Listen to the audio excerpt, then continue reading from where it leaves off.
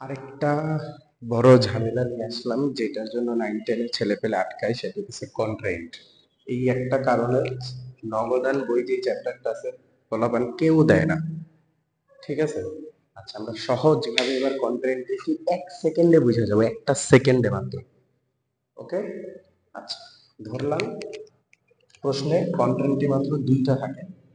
ঠিক আছে, একটা হইতেছে ব্যাংকে জমা, আরেকটা হইতেছে ব্যাংক হতে উত্তোলন।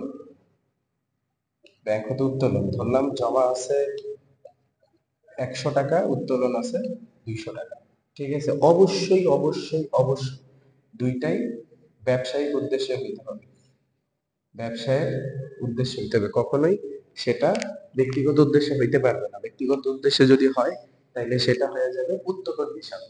কন্টেন্ট তখনই হবে যখন সেটা ব্যবসায়িক উদ্দেশ্যে হবে। আচ্ছা কি করব, করব হইতেছে ধরলাম এইটা আছে 1-1-15, আর এটা হইতেছে 2-1-15 তারিখ। ঠিক আছে, তারিখ দিলাম দুইটা তারিখ। সহজ, প্রথমে আমরা তো এটা অবশ্যই জানি। আচ্ছা বক্সের যদি বলি, বক্স একটু সহজেই লিখছি, এখানে আমি দুটা ঘর থাকে সেগুলো লিখে নাই, বা 2 ঘরে বুঝাইতেছি, 3 ঘরেও সেম। 3 কন্ট্রাইন্টিটার যে বাট্টার ঘরটা থাকে সেটা দরকার নেই। সহজ, আমরা জানি যে কন্ট্রেন্টটি দুই পাশেই বসে, তো আমরা দুই পাশে তারিখ বসাইলাম, ধরলাম 1 তারিখ করব, তাহলে 1 তারিখ বসাইলাম। ঠিক আছে, যদিও তারিখ এভাবে বসায় না, আচ্ছা যাক পারফেক্টলি লিখি। ঠিক আছে, সাল 2015, জানুয়ারি 1, সাল 2015, জানুয়ারি 1। প্রথম কাজ হবে, একদম প্রথম কাজ হবে, বুঝেন মেইন কথায় এই 2 মিনিট পর আসলাম। একদম প্রথম কাজ হবে কি, দুই পাশে তারিখ বসাবো। 3টা ধাপে আমরা দেখবো, 3টা ধাপে। প্রথমে তারিখ বসাবো, টাকা বসাবো, দাখিলা বসাবো বা হিসাবের নামটা বসাবো। 3টা কাজে ফিনিশ। কি বলছি, 3টা কাজে ফিনিশ কন্ট্রাক্ট। আচ্ছা প্রথমেই আমরা তো চিনছি যে ব্যাংক জমা আর ব্যাংক হতে উত্তোলন, এই দুইটা এন্ট্রি একমাত্র কন্ট্রাক্টিতে আসবে। আর কন্ট্রাক্টি মানে বোঝায় নগদ আর ব্যাংক উভয় পাশকে যখন প্রভাবিত করে। আচ্ছা যদি প্রথমটা লিখি, ব্যাংকে জমা। ব্যাংকে জমা মানে অবশ্যই টাকা ব্যাংকে বাড়ছে, নগদে কমছে। প্রাপ্তির পাশ আমাদের অবশ্যই বৃদ্ধি পাওয়ার পাশ, প্রদানের পাশ আমার অবশ্যই হ্রাস পাওয়ার পাশ।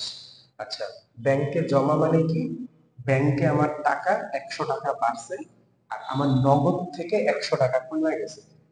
দেখেন বুঝতে পারছেন কিনা, আমি আবার বলি, ব্যাংকে জমা মানে কি, আমার ব্যাংকে টাকাটা বাড়ছে আর পকেটে যে টাকাটা আমি ব্যাংকে জমা দিচ্ছি পকেট থেকে কমছে।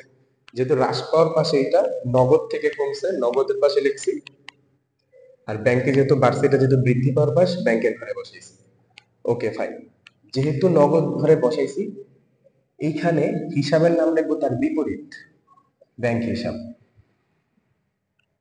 আর যেহেতু এটা ব্যাংকের ঘরে বসাইছি, হিসাব লিখবো তার বিপরীত। কি লিখবো, নগদান হিসাব। শেষ, একদম ইজি। আচ্ছা পরের তারিখও দেখাই, তাহলে আর একটু ক্লিয়ার হবে।